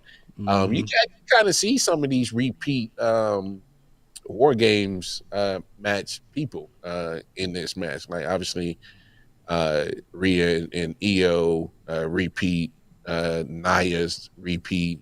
I think Asuka and Kairi Sane might be repeat as well. But so I mean, you kind of get the usual suspects, so you already know what you're going to get and what kind of show they're going to do. Yeah, that Trick. Yeah. But I'm gonna go with the AJ lead team. I just think that at some point in time, one of those 5 ladies are going to be probably in a direction of winning a championship soon. So okay, I am going to disagree, but here's why. Follow me. I don't think they're gonna win, and I think this is where the "we're not friends" storyline comes ahead. Yep, I think Charlotte Flair is gonna turn. I think Charlotte Flair is gonna do a heel turn and cost them the match. That's too predictable. And it's gonna be a Charlotte Flair Alexa Bliss thing, not a Charlotte Flair Rhea Ripley. So they've been working it up with the Rhea Ripley Charlotte Flair. I don't trust you, blah blah blah. But I think it's gonna end up being Charlotte Flair versus Alexa Bliss thing moving forward to a point where they could be set up for a match at Mania. Yeah. Obviously, with I think Becky's team like I said, I think Becky's team will win because of that. And I think this kind of clears up the tag team division a little bit. If you split them up, now you kind of also give Rhea and Io a path, because then you would just have Jackson, Lash, obviously Asuka and Kairi are the champs. But that's one less team in the way for that to happen. That's fair. So So yeah, I think Rhea and Io deserve an opportunity to kind, and you still got to finish that story with between them and Asuka and Kyrie. So Yeah. Because they keep letting it kind of fester on. They're not right, really putting it out. yeah. So I think that could happen, and then of course, uh, I think AJ Lee will. I don't know. I seen her do a couple of interviews where she's not back, so I see her like fading off into the sunset again. Yeah, taking a few Uh, yeah, sides to even come back and do anything. yeah. So, yeah, I think Charlotte will turn and probably it'll probably be Becky pinning AJ Lee for the dub, and yeah, that's how I see it playing out with Jackson Lash and Rhea and Io kind of battling for that number one contendership for Asuka and Kyrie, and then Charlotte and Alexa going back to SmackDown, continuing that. As that feud. Yeah, it's that feud, and Becky can then get back on the IC trail because basically they made it known that everybody's going at Maxine. Or it also she could be the one you're talking. I agree with you on that. Matter of fact, yeah, I'll change it. But that creates a path for Becky to now go after the world title because she'll be on her own afterwards. So Yeah, because that vision thing is pretty much done. yeah, I think Seth being hurt kind of messed that up. Yeah. He said, I think Alexa turns heel and ultimately gets help from the Wyatts. I don't know, man. Is it too late for that though? I feel like we've been waiting on that to the point where people don't even care no more. I don't care about the Wyatts no more. And they got the tag champs. Yeah, that's fair. That's a very fair point. It's like I think people waited on her to link up with them for so long that it's like they didn't do it, and it's like, all right, it ain't happening. Me personally, I think it just took too long for the Wyatts to get together. And it not only did it take too long, they teased it for a long time. Then when they finally got together, they did a little bit, and then I think somebody got hurt, and then they just kind of disappeared for damn near almost a whole year. And I'm like, man, I don't give a damn about the Wyatts no more, bro. Right. So it's kind of like now you're trying to go back and get me reinterested, but still, I still see a lot more other tag teams on SmackDown than I see the Wyatts. It's not like we see they was just teasing them in MFTs. What happened to that? Right. Yeah. Yeah. Maybe it didn't get the buzz they thought. I don't know, but yeah, whatever's going on, man. I'm over Y6, bro. And then you got the men's war games, which probably be the main event, more than likely. Brock Lesnar, Braun Breaker, Bronson Reed, Logan Paul, Drew McIntyre versus Roman Reigns, Cody Rhodes, CM Punk, and the Usos. How you see that playing out? Yeah, this is gonna be wild. Yeah. I can actually especially see now that we know Team Lesnar has the advantage, so they'll be a lot, or the numbers advantage for the match. So look, man,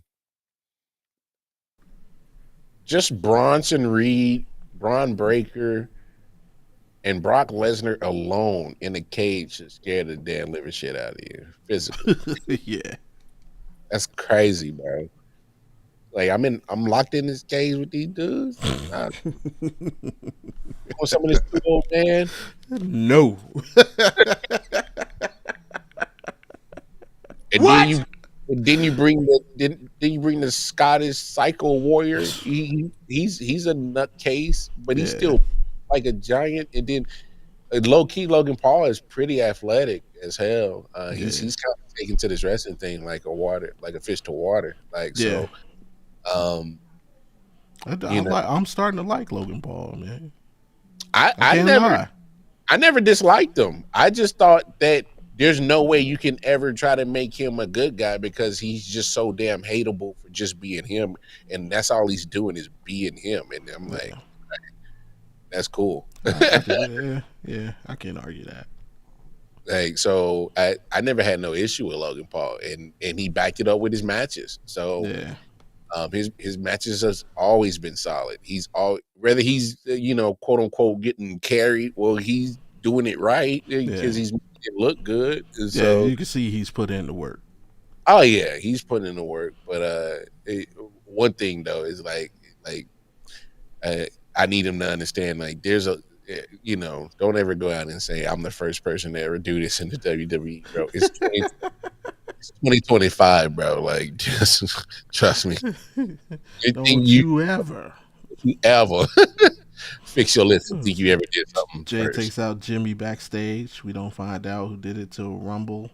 And Orton comes out as the 5th member of the team. After they win, Randy turns on Cody. There's a lot going on right there, AP. I mean, you can't put it past WWE nowadays. I mean, they got to always come up with something, especially because it's such a fluid situation when it comes to wrestling, is because there's cats that are literally coming back from injury, or might get injured at a point in time. And so depending on the timing of everything, man, it could, again, like Naomi getting pregnant, like how it changed the trajectory of that division real quick. So I love it, man. So you can, I mean, it was just only 3 years ago. I thought I'd never see CM Punk ever come back in WWE, and then he comes back at a Survivor Series War Games match. So fair. You never know what might happen, man. You never freaking know. Yeah, for this one, it's kind of tough. I think you kind of have to let Team Lesnar win. Almost. No, I agree with you. And to piggyback off of that, Roman, Cody, and CM Punk, like, they're really in a piss swinging competition, right? They are. You know what I'm saying? Yeah. And so there's no way that you're going to be like, you got to be focused. Do you see who's on the other side? It should take one. Yeah, and that's why I think you have to have them win, because it's too much turmoil on that team for them to win as a team. And I'm thinking of the next show, which would be the following Raw. Like, if they're supposed to come out buddy buddy, it's no, it would be better for them to lose to amplify the animosity. Mm-hmm. Even between, like AP said, if we're gonna rekindle the animosity between Jimmy and Jay, it's better for them to lose. Mm-hmm. So, yeah, I kind of feel that happening. Plus, I think if you have them win, then you're really killing this whole vision thing that you're trying to just keep alive. Oh yeah, yeah. In order to keep any heartbeat on that going, like Braun Breaker has, and remember, I'm gonna go as far as say Braun Breaker has to be the one to get the pin. Yeah. I'm rocking with you. Because I think they need to win too, just because of I know they had to pivot because of the Seth injury, but now if you really want it to survive, you got to actually give it some mustard, and you actually give it something behind it. Because otherwise, you might as well, if they lose this Survivor Series, you might as well scrap it. Right. And excuse me, and as a brand. If you put Braun in this situation as your rising star, you put him with Seth to kind of build himself up. He's in a match like this with Brock, with Roman, with Cody, with Punk. This is your time to now make him look like the star of stars. Make him look like he belongs. Hey, you know what? Legitimacy. You're right. Because if you really think about it, I love the fact that they let Bronson beat Roman in Australia. Right. You got they can't be and remember that was when they first formed this thing. That's what we're talking about. We talked about it with Jacob. Okay, fans love him, and you built him up as this monster. Yeah. Even when he was heel, people loved him because of his attitude. Mm-hmm. But you got the dude losing matches left and right. Yeah. Whether it's disqualification or pimp, you just got to do, and you kind of by the time you turned him face, like you kind of killed his aura a little bit. Like to me, he drove it more with his personality than like y'all. Like y'all should have put him on the Umaga path, on the Umaga path. Like just he's a monster. Make him a monster. Just destroying everything. Yeah. And so now is I think your time to kind of right that wrong with Braun. And Braun still agree. Yeah, if you want this vision thing to pick up steam, yeah, make them let them shine. Yeah, like you said, man, Logan's athletic, so Logan will probably be the highlight maker of the match. Oh yeah, but like, hey, let Braun get a head of steam and freaking do a flying spear from one ring to the other on somebody, bro. Like, yeah, let Braun, no pun intended, let him be the breakout star, of the match. And please don't let Bronson do that damn tsunami off the top rope again. All right. Nah, because he shattered both his ankles last year. Oh, so yeah. Take that spot out. Please don't do it. Like, just do a regular tsunami. What you do is you still put the homie on the table, but just let him do it off the top rope. Just not off the side of the cage. Shout out to the professors. Sports Professor Omar hopping in. Hey, man. Hey, congrats on your interview. Hope it went well. I'll definitely check it out, once we finish up here. Mm-hmm. For sure. But yeah, man. It's gonna be dope. I might try to do a live stream for it, but I'm not sure yet. I got to see what my plans are looking like. But I think it's gonna be it's gonna be a solid show. Just because I know it's not a lot of matches, but if you really think about it, it's the people that the company trusts. I know they're gonna entertain. Yeah. Who leads it off? If I would do it, I would lead off with I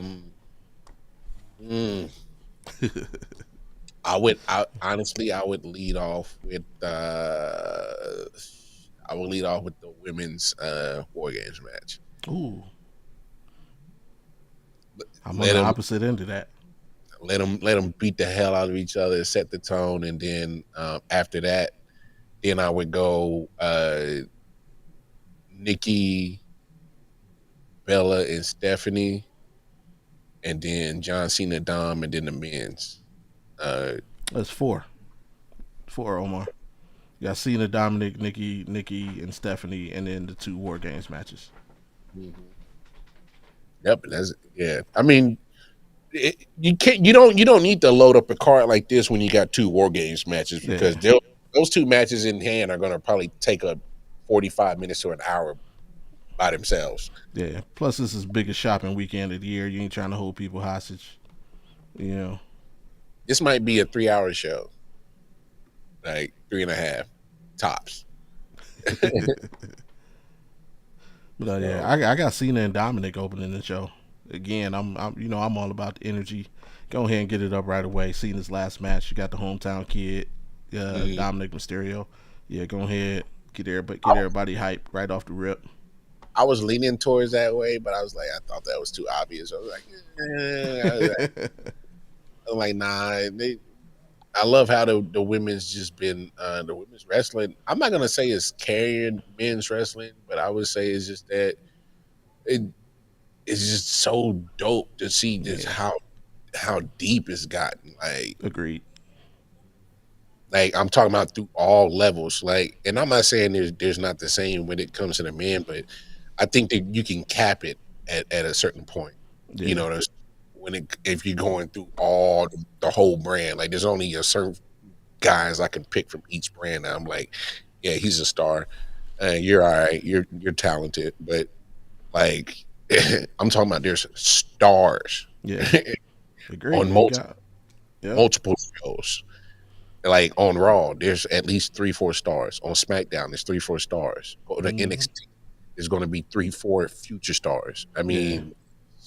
Should go to LF. I think it was the blonde girl. She should have won. She didn't win. She should have won the first season. I think she's gonna be a star. I can't remember her name right now. I want to see what happens with freaking what's her name, Bailey, the Hey, big monster man, that big monster. Like bro, she get up in the women's division. Like what you gonna? She's a problem. yeah, But they're gonna change her name real quick though. oh yeah, yeah, you can't be Bailey with no, bruh. She bigger than Brock. Hmm. You bitch. Yeah. Talking about she used to hold up cheerleaders. She hold up the whole pyramid. I got Hey y'all. yo, But yeah, she could. I think she could do something.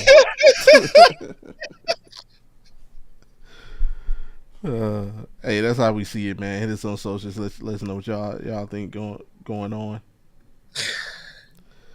People say I agree with women because you have to spread those two matches out. Then Cena Mysterio with Bellivicker third to allow the crowd to calm down before the men's match. Fair. yeah. Um, yeah. But man, y'all know what time it is, especially if you rock with us. Before we get to that, one more time, man. Do your jobs. Yeah. Click, click, click. Helps us out so much. Mm. And where am I? It's that time of day, man. Y'all know how we do, how we close out every show, regardless of how long we go, man. Mental health is important to us, especially in the male community, especially amongst black males. We try to find ways to talk to each other, man. The days of just saying, "Hey, what's up, man? You good? Yeah, I'm straight," and then just leaving it alone. Hey, those days are done, man. We need to do more to check on our folks and take care of each other, man. More says it every week, man. Take care of yourselves and each other, and that and each other is very, very important. You never know what you can say to an individual that could just change the forecast of their entire day, week, month, year, or life. So we Easy, came up, right? yeah. So we came up with a few questions that we feel will help us open up with each other and just dig that much deeper and help each other out. And they go as such. Feel free to ask it to your folks as well and check in with them, whenever you can, every once in a while. So I asked my brother, hey, what stresses are you dealing with lately? What have you done to eliminate those stresses? And what do you need from me to help you get through? Hey man, I really ain't been stressing about a whole lot. I think I'm really just trying to figure out how to keep this damn house clean because I got a wife and 3 girls, so I got all these women folk in my house. All right, and if y'all know anything about women, the women are messy. All right, they messy as hell. So if you got any tips, my brother, on how to whip all these damn women folk into shape and stop being so damn messy, you let me know, bro. All right, I've been trying. All right, I didn't hooted, I didn't hollered, I didn't What? turned over tables, I didn't done everything. I can't keep the house clean. Worked it down. And these germs from these raggedy babies, hey, you got look. I got a little skin in the game of being a dad, but you got older kids, so you need to help me out on how to keep the damn house clean and the germs out because this getting crazy. It's getting crazy over here, bro. It's crazy over here.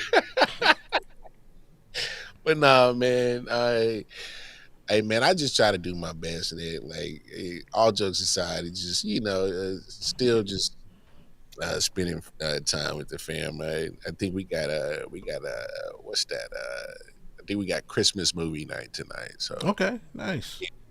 kids have picked a little movie and and leading up to Christmas.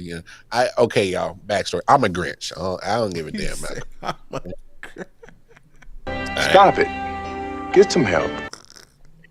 All right. I think it's a made up holiday from motherfuckers to stimulate the economy. But I'm trying to get past that because I got kids, young ones, and they my mama and wifey be getting mad. I be trying to tell them. They be like, "Oh, Santa did this." Like, fuck that motherfucker. He ain't did that. That me, baby. That bite me, dog. The motherfucker, what you? That me. Taking all the kids' joy. Man, fuck they joy. I want my motherfucking credit, dog. Shit. What we talking about? Hey man, yeah. So help me with my brother to let that shit go, because it's my pride that we ain't gonna let that shit go, bro. I be wanting to tell the little 2-year-old man, ain't no motherfucking Santa, bro. Ain't me, that me, dog. That bluey shit, that me, dog. That ain't got nothing to do with that motherfucker. Anyway, man. So you can help me with tips on how to let that shit go. I think I better let it go, right? I need to let that fight go, bro. Yeah. Yeah. You might have to. Yeah, you gotta lose that one. Yeah, you're gonna have to give me some tips how to let that one go. But man, other than that, man, I'm good, man. And so that's the types of stresses I've been dealing with. Is that crazy bullshit? It's just Santa motherfucker. But other than that, man, I've been so thankful and grateful, bro. So, but I ask you those same questions, man. What kind of stresses you dealing with, man? You know, how you been doing to absolve, and anything you need from me that can help you get rid of them things, man. What's good with you, man? This week they tried me. People tried me. I was exhausted, mentally exhausted. I had to lean on the wife and kind of let some of my frustrations out to her. Appreciate her for being there. This is what it's weird to say people. I hate to say people because it's like a man thing. This is what women don't. One thing most women don't understand about men, like, we carry a lot of burdens for a lot of people. Like, be it a family member, be it a friend, be it whoever, like, and especially if you're that person. For like my family, like, again, when I was the only child for 16 years. That's a little bit less than, but not only that, I was the only boy. And a lot comes with that. Like, but not only that, I was raised in a house full of women, and you learn certain things from that aspect. But one of the things I learned from being in that situation is how to listen. I mean, I consider myself a relatively good listener. Also, one of the things that I learned from that was how to consume a lot of other people's, I have to say, feelings, for lack of a better term. Going through it, I can sit down, I can listen to somebody, and I learned how to kind of take it and put it wherever it needs to go. Oh, your ass was over there, John Coffey.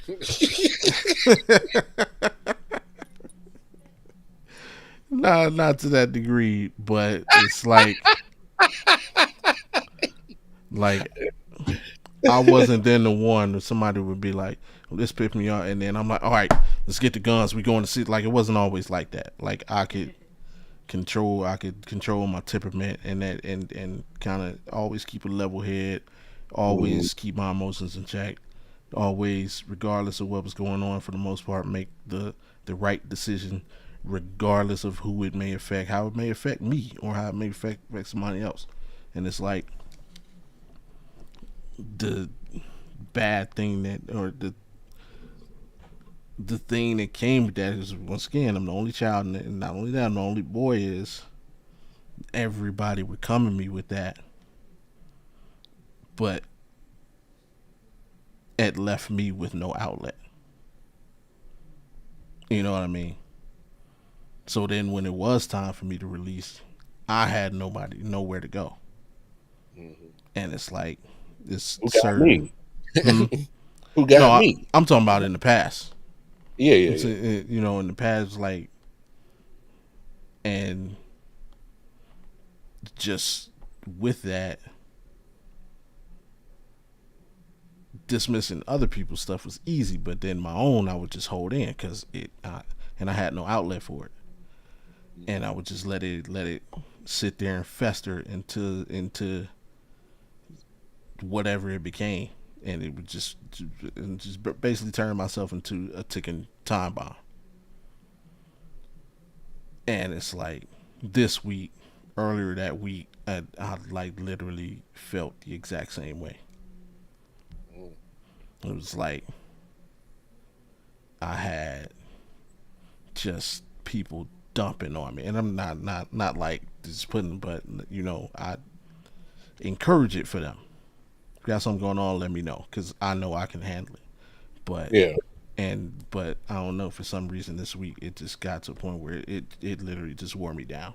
It just mentally wore me down, and I guess I'm more than likely because it was a holiday week. I think that's really the biggest thing. Mm. Like in a holiday week that's supposed to be about Being being thankful. thankful, Mm.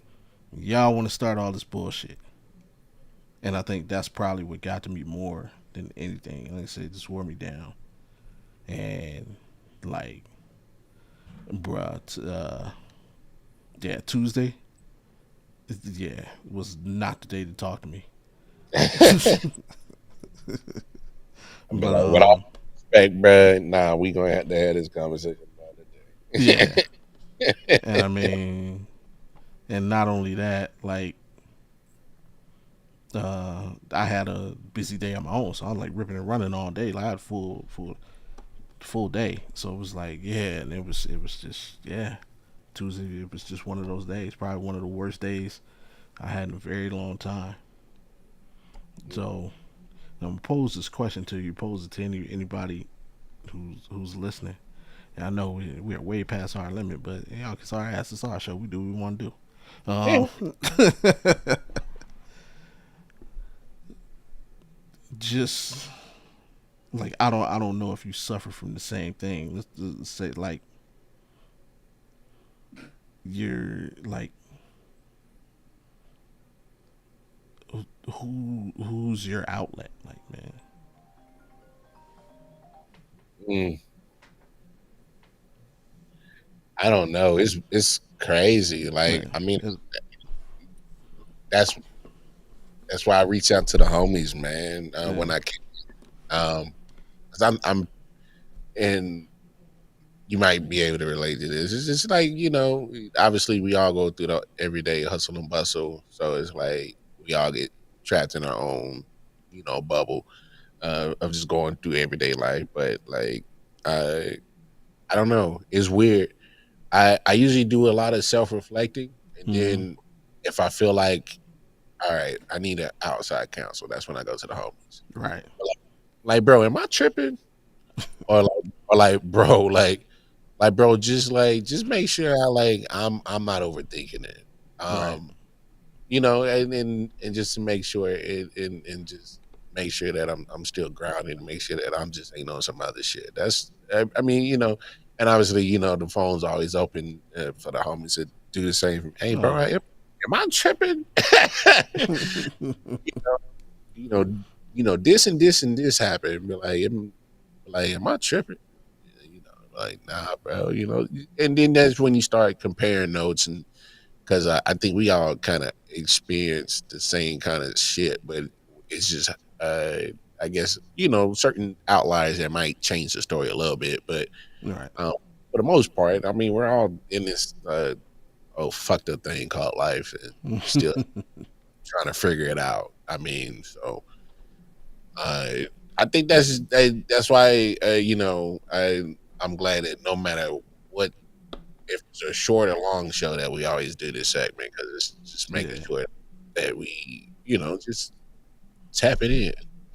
And this ain't for show, y'all. Like me and Bobby like Yeah. text on the regular. So,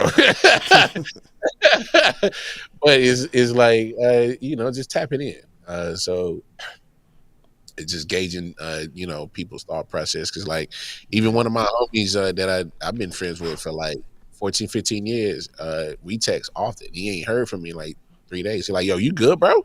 Right. And it's just like that. So no, man.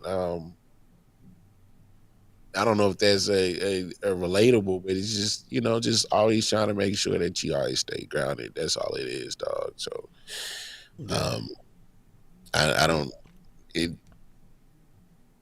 trying to always, for me personally, I think you know uh finding my outlet, I use that energy into like whatever I'm trying to do that's productive, period. Right. um whether it's the actual working job, or podcasting, whatever, making dinner, uh, just outlets. Yeah. um and your outlets ain't got to necessarily talk back to you, but they just got to let you release that energy. That's Yeah. it. Yeah, and So I think that's another thing that have like the last couple of weeks I've just been so busy, like appointments and doing other stuff mhm. and doing great. Like it's and my pod schedule is like it's getting up there with yours, but I'm doing like at least one show a day every day. Mm. And yeah, just so it's like say like those times where I would normally get a break or a breather or like just be able to relax my mind. Mhm. Just haven't been there, and that might been another thing that's played a part in that. Like it was literally my cup was just full, and yeah. But Yeah, man. nah, yesterday like nah, like and that's why I text you and April like earlier, like man I'm pretty like yesterday's show like really, bruh, Mhm. that like really freaking took a huge weight off my week. Yeah. Like that, like I'm so appreciative for that show, man. It was just with the exception of Omar keep talking about the ShoutOuts. But yeah, that show, we love you, man. But yeah, like that, just yeah, like just so appreciative for that show, and I mean, yeah, so uh, but yeah, definitely appreciate the words, and now I got something from a challenge as well. Changed my challenge up too. Um, and speaking of, man, what you got for the folks? Challenge for the week. Hey, man, I challenge y'all to be sucker free for a week. And what I mean by that is, uh, find Appreciate it, bro. you know, do your best efforts not to be caught in a hater mentality. All right. All right. So that's what I mean by being sucker free. Like literally, like go about your business and not worry about. No, it's all love. Nah. I was just, giving you a needle. That's all. And look, I know there's people that may not like you, but, they just hit them with a what's up. Show them that I don't mean no harm, bro. I ain't your competition. Yeah. So if you feel bad energy around you, find your way to change the energy in the room, or change the atmosphere. So I challenge y'all to just, not be on no sucker shit. Like, just imagine how dope the world would be if we go hate free for a week, like everybody. And then imagine if we can go hate free for a week and times that by 4. That's a month. Oh damn! Takes 28 days to create a habit. Oh Mm. man, imagine if you double that up, that habit. Damn, that's 2 months in. Damn. Next year I know we 6 months in to being hate free. I'm just saying, imagine how fruitful everybody could be, bro. That's all Yeah, I'm saying. So let's try it out for a week. Let's be sucker free for a week. No hating on nobody. You know, let's. I'm just saying, just see what the hell can happen. You absolutely, might man. the person you might even hate. You probably don't even know what you hate them for, but in a sucker free week, you might find some commonality shit, and then next thing you know, that might be the best person to go get money with. You ain't gonna know that now. But I'm just saying, let's go sucker free for a week. You might find that the person that might be the lock to the key to unlock the fortune for you, or it might be the person that can unlock another dimension in your mental for you, that can Right, open up something else for you. That's all I'm saying. for Be sure. sucker free for a week, y'all. Come on, Just one. just one. My challenge is simple. It's just like I said. My challenge for everybody is take the next 7 days in between doing your shopping and prepping for the next big holiday. Find really find your release, and I'm talking about a person. Find that person who, regardless of what you got going on or they got going on, if you're going through it, you can call or text and they will pick up and they will answer. Not in an hour, not 2 hours, not in three, like Right there. immediately. Yeah. Like find your outlet. And matter of fact, find two. Mm, Because you always got to, it never hurts to have a backup. never. People got busy lives and, but so find those outlets because, man, like, it just come in clutch, man. Yeah. This, and that, like, that's why we do this. It's for, to show people and make people understand it's okay to open up. Now we need to have those two people in our back pockets that we actually open up to. So that's my challenge for y'all. Find your outlets. Hey, let them know. I Yeah, mean, man. don't just find yourself. Oh, I could think that. No, let them know. Hey, bro, uh, I'm putting you down. You're my outlet. If I'm going through it, man, I'm gonna call you. Or I'm gonna text you and let you know that I need your ear. Or I need. Hey, just go grab a drink or something. Do whatever. Let them know what they are to you and exactly what the situation is, and let them know that you can be that for them if they want that. Big facts. Yeah. Yeah. So, Mm. um, Don't act like so y'all can't. Don't act like y'all can't get two outlets. Yeah, uh, I know some of y'all got like three weed man, so I know y'all can get What? two out two outlets that you can. Hey man, hey player, let me lend you. Yeah, yeah. you know what I'm saying. Come on now. And so that, hey, and no time like the present. Hey, I'm gonna kickstart everybody. I'm fine right there, right here, Mar. Hey, you're one of my outlets, man. Hey, no doubt.